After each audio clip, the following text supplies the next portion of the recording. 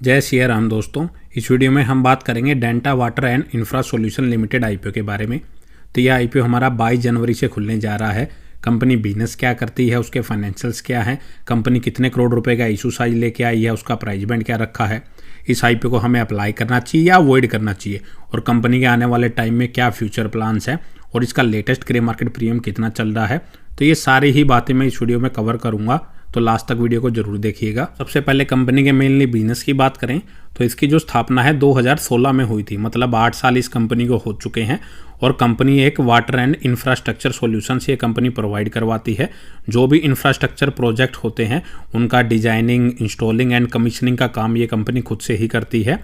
और उसके साथ ही कंपनी की जो स्पेशलाइजेशन है वो ग्राउंड वाटर प्रोजेक्ट में भी देखने को मिल रही है। और उसके साथ ही कंपनी जो ये ग्राउंड वाटर प्रोजेक्ट्स करती हुई नजर आ रही है उसमें वाटर रिसाइकलिंग के भी ये प्रोजेक्ट कंपनी साथ में ही करती है। तो कंपनी ने अभी फिलहाल 98 एकड़ की जमीन एक्वायर की है, जो कि मेनली कर्नाटका में खरीदी है कंपनी। और वहां पे company mainly coffee, paper and cardamom, यानी जिसको हम इलायची भी बोलते हैं, उनको अभी प्रोड्यूस करेगी। फिर उनको बेच के कंपनी अपना रिवेन्यू जनरेट करेगी।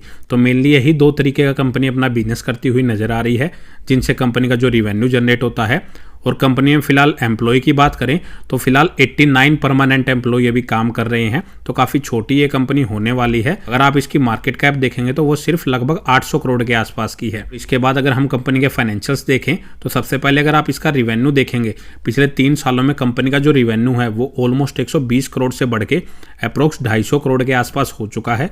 तो पिछले 3 साल की ग्रोथ तो कंपनी काफ़ी अच्छी नज़र आ रही है, लेकिन इस फाइनेंशियल ईयर में वो थोड़ा डाउन देखने को मिल रहा है। अगर एवरेज निकाले हम पूरे फाइनेंशियल ईयर की तो कंपनी अप्रोक्स 200 करोड़ का ही रिवेन्यू इस साल करती हुई नज़र आ रही है। तो उसमें थोड़ी सी गिरावट नज़र आ रही है लास्ट ईयर के कंपैरिजन में। इसके बाद ही अगर हम इसका प्रॉफिट भी देखें तो पिछले 3 सालों में कंपनी का जो प्रॉफिट है वो 38 करोड़ से बढ़ के लगभग 60 करोड़ के आसपास हो चुका है।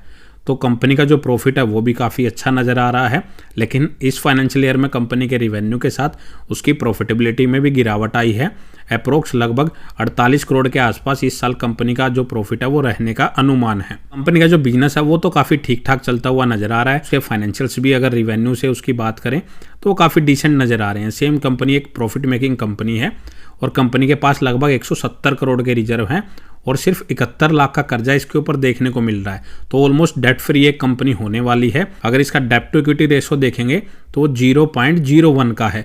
तो ऑलमोस्ट हम इसको फुली डेप्ट फ्री कंपनी हम कह सकते हैं।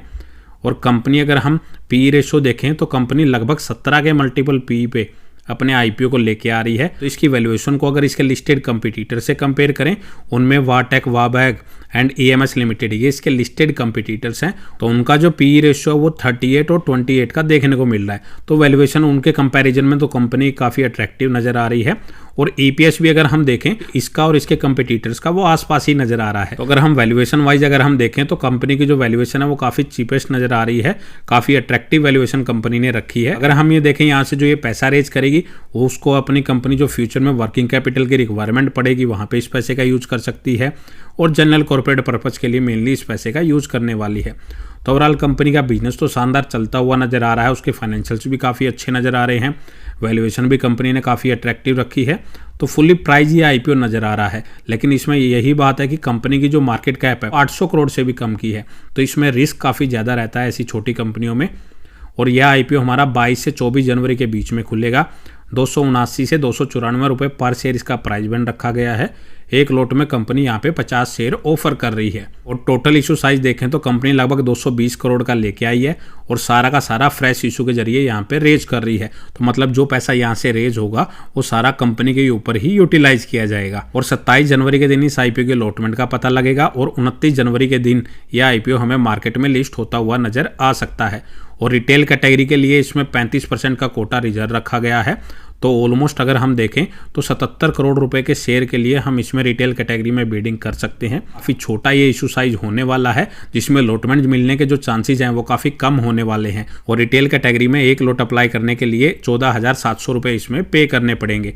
और इसमें प्री आईपीओ जो प्रमोटर्स की होल्डिंग है वो 100% की है।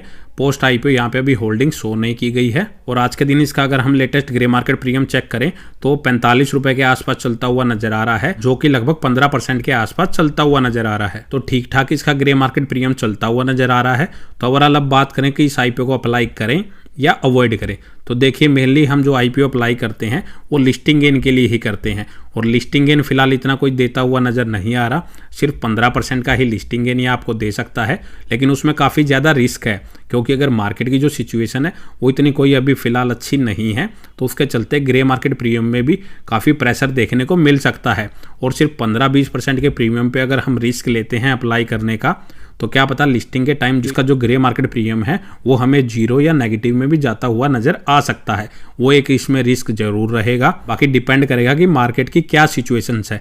अगर मार्केट में काफ़ी तेजी बनी रहती है आने वाले 1-1.5 हफ्ते में, और इस आईपीओ में काफ़ी अच्छा सब्सक्रिप्शन होता है, तो इसका ग्रे मार्केट प्रीमियम ऊपर जाता हुआ भी नजर आ सकता है। तो शॉर्ट टर्म लिस्टिंग गेन के लिए आप इसमें अप्लाई करने के बारे में सोच सकते हैं, लेकिन उससे पहले अपना रिस्क एनालिसिस जरूर कर लें। और लॉन्ग टर्म के लिए अगर हम ओवरऑल बात करें, तो लॉन्ग टर्म के लिए भी अगर देखें तो कंपनी के फाइनेंशियल्स पिछले 2-3 साल के अकॉर्डिंग तो काफ़ी अच्छे हैं। हालांकि इस साल उसके जो रिवेन्यू है उसमें थोड़ी गिरावट नज़र आ रही है, सेम प्रॉफिटेबिलिटी में। तो बेटर है कि लॉन्ग टर्म में अप्लाई करने के लिए आप कंपनी जब ये लिस्ट हो जाए तो उसके 2-3 क्वार्टर के रिजल्ट्स को मॉनिटर करें, फिर आप उसमें अपना लॉन्ग टर्म का व्यू बनाएं अगर आने वाले क्वार्टर्स में कंपनी अच्छे रिजल्ट पेश करती है तो। बाकी फाइनल चॉइस आपकी है, जो भी अपना डिसीजन लें अपना रिस्क एनालिसिस करके लें। तो इस वीडियो में इतना ही। अगर आपको वीडियो अच्छी लगे तो वीडियो को लाइक करें और चैनल को सब्सक्राइब करना ना भूलें।